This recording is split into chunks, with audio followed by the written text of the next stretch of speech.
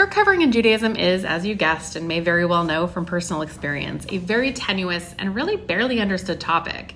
If you ask a woman on the street why she chooses as a Jew to cover her hair, she'll probably answer immediately with something about modesty. If she goes into explaining the depth of this simple answer, you'll probably hear things about the rabbis or respect for her husband or HaShem, being married, but very few people ever really get to the core, the basis of why we cover. And many women begin covering with sheitel superficially. It's what everyone else in the community does. It's the standard. It makes me blend in. It makes me feel pretty. These same reasons could be said to apply to tichels in Israel, where sheitels are less normative than beautiful scarves are. Everyone wears them. Of course, in certain communities, such as Chabad Lubavitch, the sheitel is the commanded or preferred hair covering. No matter where you live, just as you would find a Satmar woman shaving her head the day after she's wed, so too would you find a Lubavitcher woman wearing her sheitel whether she runs to the store or is lighting Shabbat candles. But why? Why is the big question. Few people ask why, because as we all can recognize, Judaism is a religion that requires a leap of action. Judaism is a very thing and action-based religion, which is something that I adore about it. The entire story, though, around hair covering begins with the sotah narrative in Numbers 5:11 through 20. Yes, the reason women cover their hair is based on the incident of the suspected adulteress. What a colorful beginning, right? It's in this narrative that the suspected adulteress's hair is parah.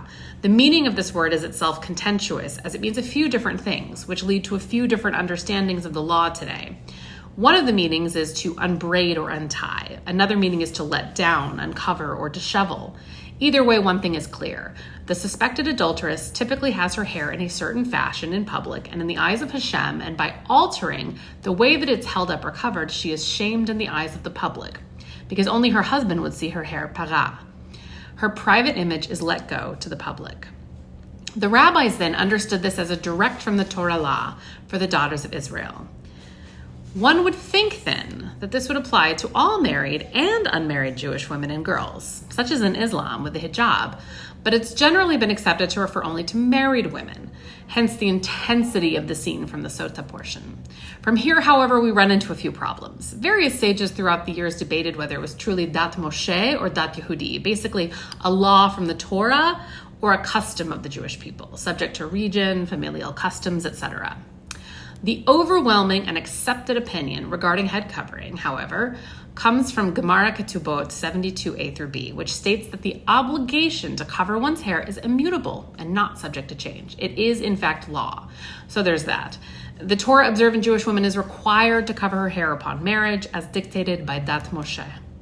The biggest question arising from this, then, is the one that concerns us today, and it results in the variety of looks we have, ranging from a hat with natural hair pouring out, to kerchiefs, half-exposing hair, to full-on sheitels and scarves that pull any thread of hair out of sight. The question of how one covers their hair. What's okay, what's not? What exactly is meant by the words head and hair in the law? The image of the sotah in my head is of a woman with long, thick hair twisted up under a scarf that is then parah, both untwisted and let down. Or was it not really like that? Perhaps it was a long braid coming out of a scarf, or just a long braid period.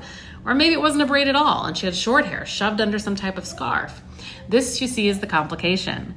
The Torah doesn't detail what her headgear was like. It merely explains the action that took place, which is why the rabbis had to sit down and figure out exactly what this meant.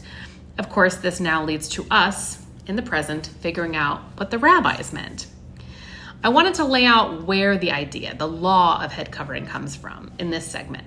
And my next segment will lay out the various opinions on the how of head covering, including what Rashi and Rambam had to say as the final word on how a woman is to cover her hair. Yes, they had sheitels way back when, and yes, head covering was a normative activity for most of the cultures of the world up until the last 100 years or so. So stay tuned for the next installment.